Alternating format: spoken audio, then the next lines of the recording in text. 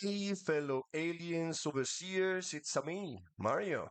And today we're gonna talk again about Civolution. Today I'm gonna lead you through an analysis card by card, well, not exactly, group of cards of Civolution, just so that you don't have to. So I did a spreadsheet about all the cards. I counted all the resources, all the features that are required to play them, all the effects, and I tried to um, understand something about them since think I'm a decent Evolution player, but I'm not a very good one yet, and that's because I never know what to expect from cards. I know that on the rules there are like some general facts about cards, but they are not enough to understand they really well.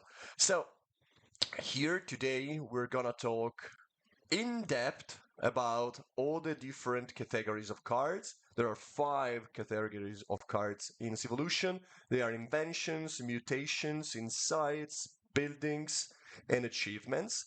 We're gonna through each of them one at a time, and we're gonna discover new facts about them that might or might not be really useful in your games.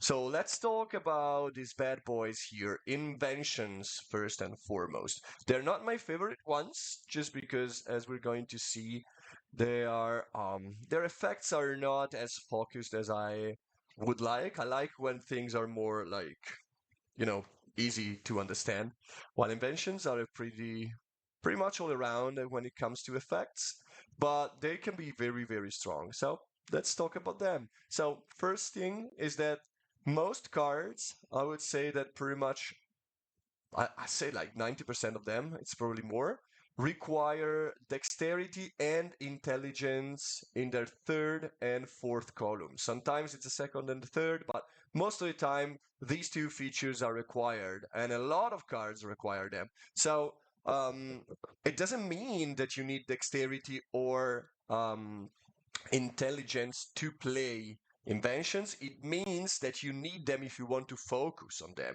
So if you want to place many cards in a single column to score a lot of points. So keep that in mind. Also, there are a lot of points under the costs, so it can be pretty rewarding, as we're going to see. 25% of the cards cost wood on the first column. This is pretty important. It means that one card out of four will just require wood in your first column, which means that you can fish for cards if you want, and probably you can play one if you got wood available. Other common resources in the columns are coal and ore. So this is another thing to keep in mind. Followed by sand and papyrus, but I mean, they are a bit distant from that. Six inventions will grant you points per cards in column. That's the most out of any category. So one, two, three, four, five, and six cards. That's quite a bit. So again, keep that in mind. The instant rewards, as I said, are so many that I didn't list all of them. 40% of the cards will give you steps on tracks, and of course, the most frequent step is technology. Um, I think followed by prestige, then knowledge. There are only a few culture and construction steps that are available. Some of the cards can give you features too. Um, Remember also that all of the cards cost both resources and features, but again, features are always dexterity and intelligence, and you need them only later on. For the long-term effects, there are three activities. I'm always gonna list activities just because activities are the most present among all the different categories kind of long-term effect that are available. Then three cards that come with transport, so that give you flexibility. And three that combo with production. This is another like sub-theme in most of the cards. There are gonna be a group of cards for each category that has to do with production slash transport. A bit of them that have to do with weather, even though they are not as common. And two very good ones, inventions, provide you discount in resources. One for playing invention cards, which is pretty strong if you want to focus on them, and one for settlements. That's gonna give you resources when you basically a rebate when you place a settlement down. There's also one card that combo with hunting. This is another kind of card that is kind of spreaded in all the different categories. So all in all, I would say that playing a lot of inventions isn't easy because you have a lot of different costing resources, so you have to be careful. You always need dexterity and intelligence if you want to play them, but the rewards to play a lot of invention is pretty high, both because there are a lot of points under each and every cost on the cards, other than the first column ones, and because you have 6 different cards that reward you for cards in columns. So if you have already like this one and this one, it's very profitable to place more cards into that column. It's 4 points each. That's a lot. So playing a lot of inventions, it's possible. It's difficult. Probably you need a way to get resources by going around a lot or by trading and producing a lot, even though that's a bit trickier. But the rewards are there, so keep that in mind. Then we're gonna talk about mutation, another big group, which is kind of the opposite of inventions, as we're going to see. First off, all the mutation cards cost features only, and always have at most 2 columns with costs. Stamina, composure, and again, dexterity are by far the most required ones. The least required ones are vision and intelligence. Expressiveness is kind of in the middle. All cards, other than a single one, which is oviparity, give you a permanent power. And 40% of them give you an immediate reward of Ajira steps. Always one, if I recall correctly. Yeah, always one single step. Some of them give you some improvements of the actions other than oviparity, but a lot of them can give you that. Then, uh, the only, yeah, there is no tech step reward. That's very important. So mutations are the only category that never give you steps on the tracks. This is pretty important because normally each and every category is linked to a column. Like as we've seen, inventions go with technology, and for example, buildings, of course, go with construction. But there's no single group of cards for what was the second column, the one with the crown. I don't remember the name now, but that column doesn't have a single category. So if you need to find steps on that column of technology, on that tech track, you need to find it, spread it all around in all the other non-mutation categories of cards. Um, you can loosely divide the whole mutation group into macro groups. 25% of the cards do something helpful when migrating. This is very important actually. Some let you teleport, other give you resources when you move through some regions, etc. 4 cards help at feeding. This is also pretty important. At feeding or at avoiding events or bad sites. 2 are good at producing, and 2 will actually help you advance on tracks. It's like a little sub mechanic that you can find also in many categories, but here it's better to spell it out just because normal mutation don't help you at all at advancing on tracks. There is no end of game bonus on any card. So that means that generally speaking, it's very easy to play a lot of mutation cards provided you have enough features, of course. And also, since upgrading the mutation module, which is the one that will let you play mutation cards, and I mean, the module of the card is always one you want to upgrade if you want to place a lot of cards in a column. So the same goes for inventions, of course.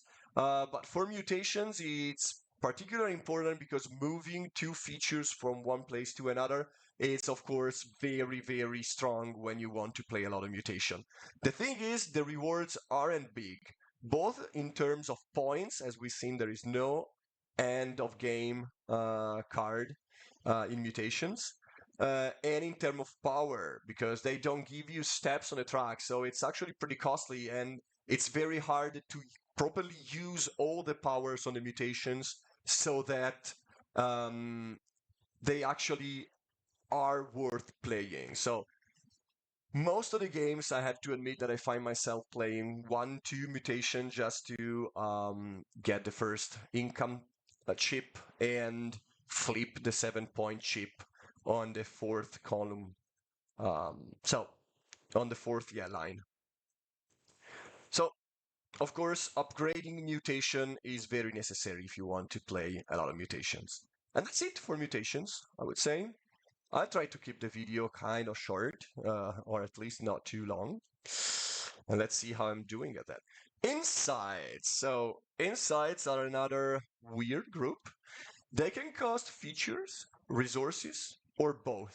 But remember that 65% of them, so more than half, cost features only. So they can be actually similar to mutation in some way.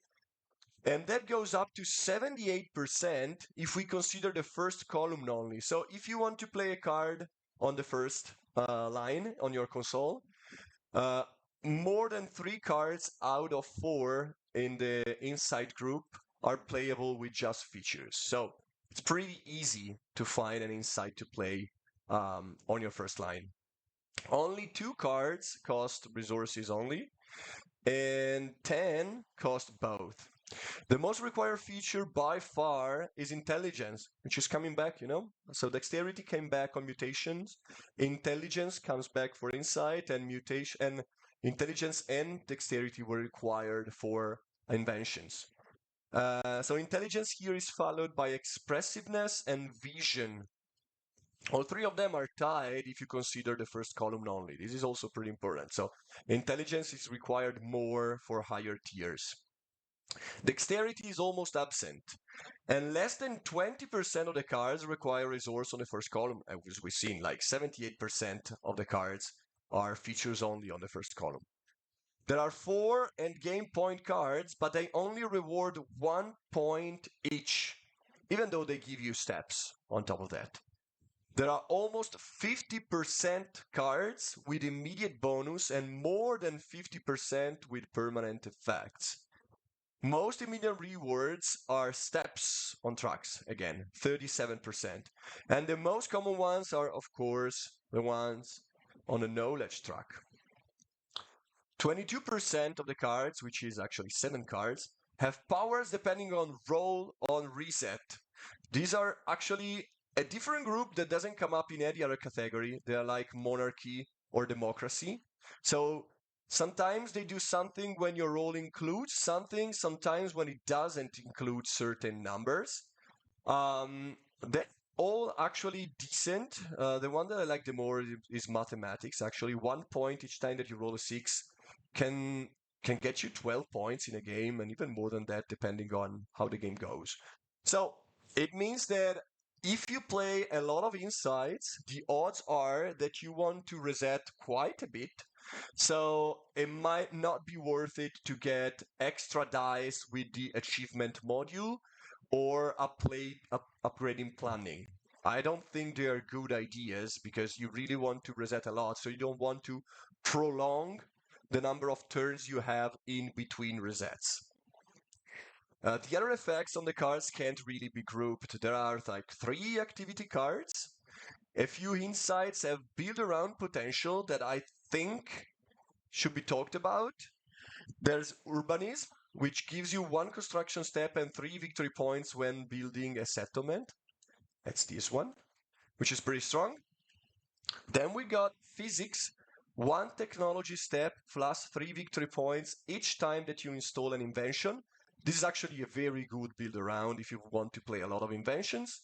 And then there's navigation, which right now is the only card in the game that I might think it's kind of broken, which is this one, which gives you 3 points each time that you pass through or relocates to a developed territory. It means that in the late game, if you have upgraded migration, you can get like 15 points by moving 3 tribes into 3 different spots and getting 2 points for the encampment there and 3 points from this card, which is actually insane, 15 points per action.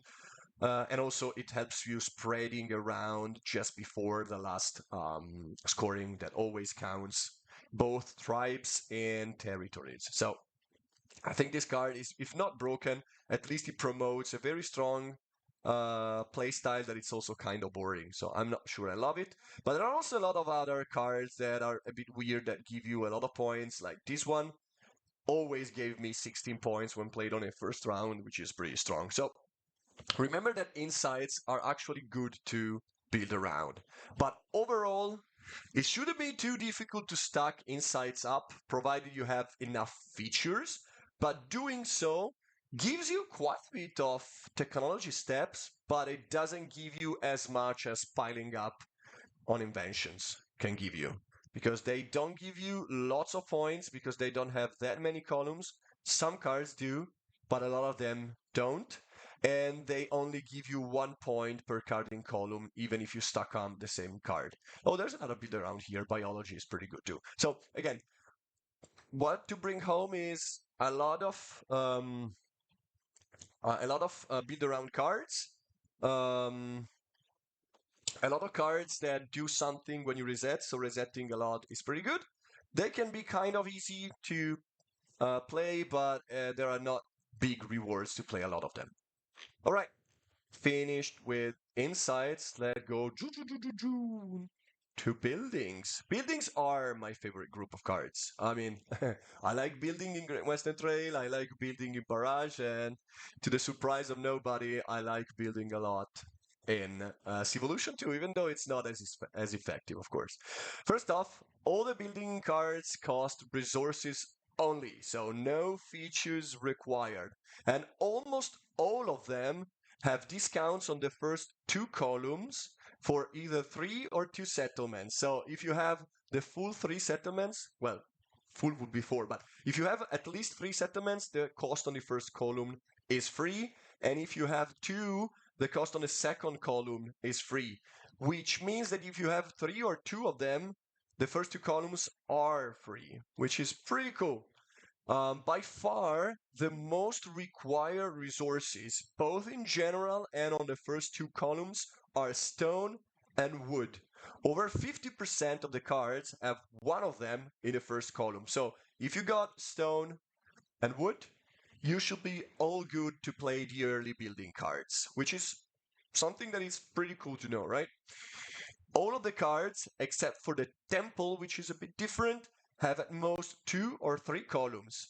That means, in turn, that with settlements built, all of them if possible, but also 3 of them, most of the cards are basically free.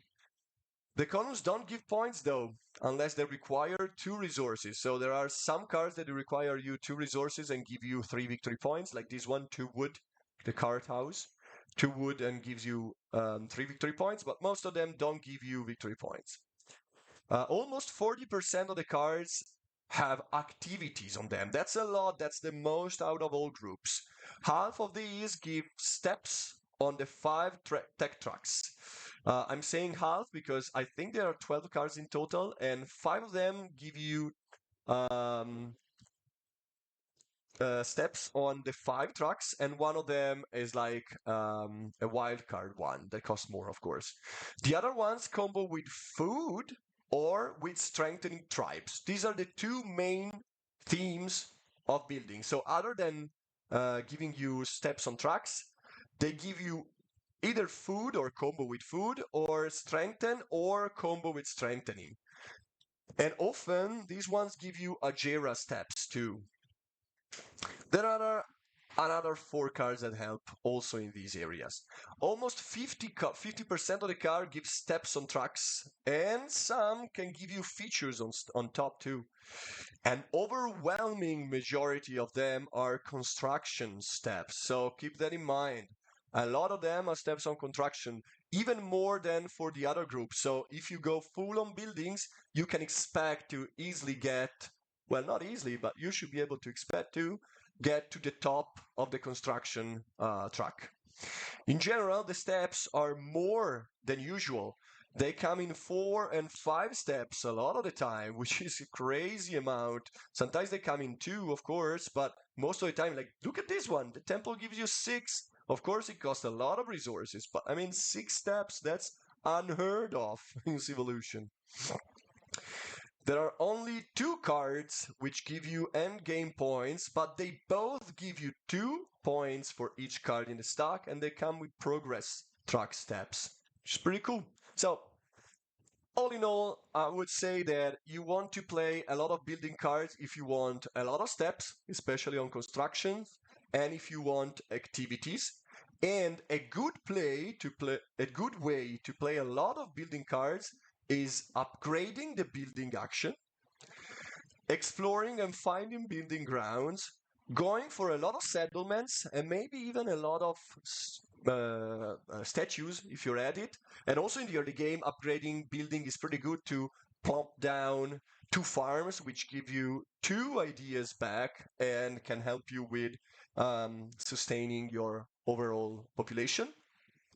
And after you've built the settlement, then spam the building action that you've upgraded in the late-ish game to play a lot of building cards. So that would be the ideal way to play them. Of course, you will find yourself playing a building card in the early game, sometimes just because you have the wood or the stone required and you want the income chip, for example. But it's a good way to just go for one of them and then maybe play 2 and 2 once you have 3 settlements down. So I would say that that's the best way to approach buildings, and that's the way I do them when I can.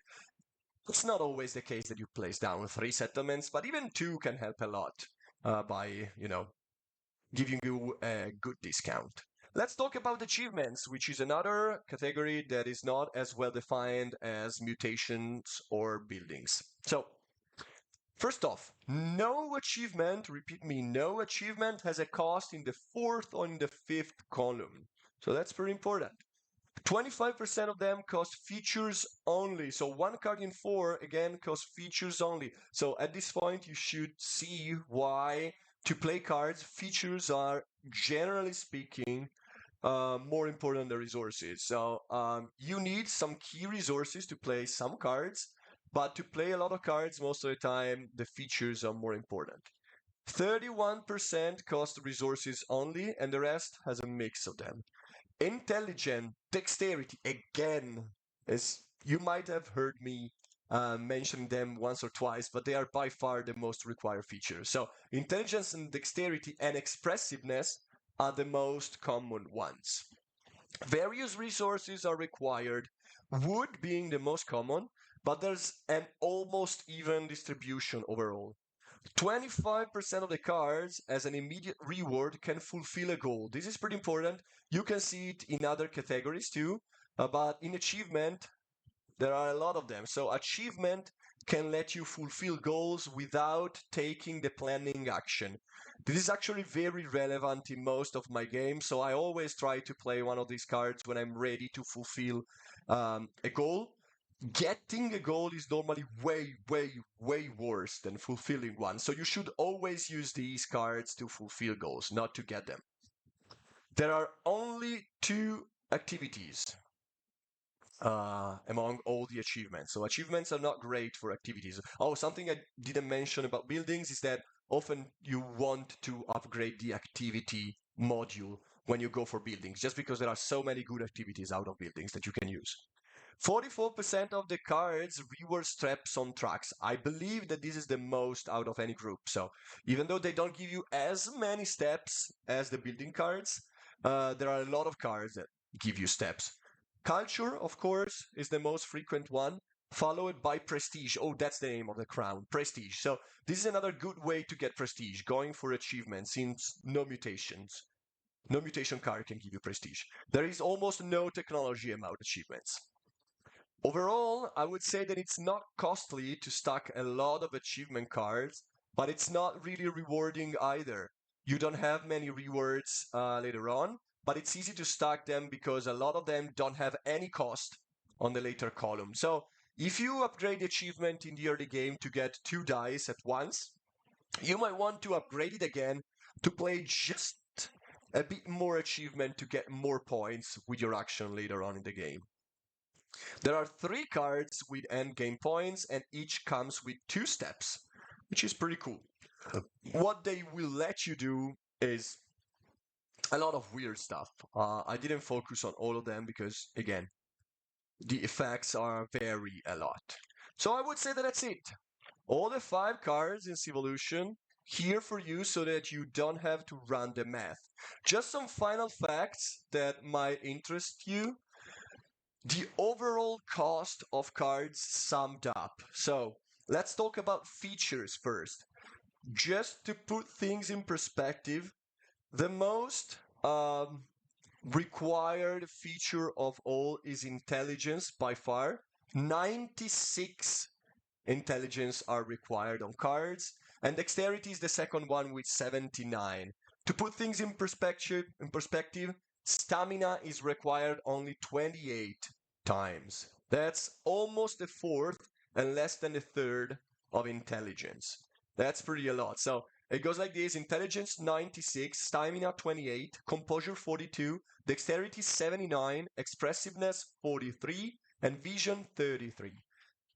Things change a bit and are a bit more balanced, just a bit, if you consider the first column only, which is what is required for the first few cards so that you can at least get the incanship, and something that you have to do in every game is filling the first line. Like, you will never play a Civolution game without filling it, I don't think. Intelligence is required 23, as 23. Stamina as 15, composure as 20, dexterity as 16, which is less than composure, for example, even though it's more required generally speaking. Expressiveness 27 and vision 19. So intelligence is still pretty high, but expressiveness is the most required one on the first column. Something to keep in mind. Finally, let's talk about resources. I will not list all of them.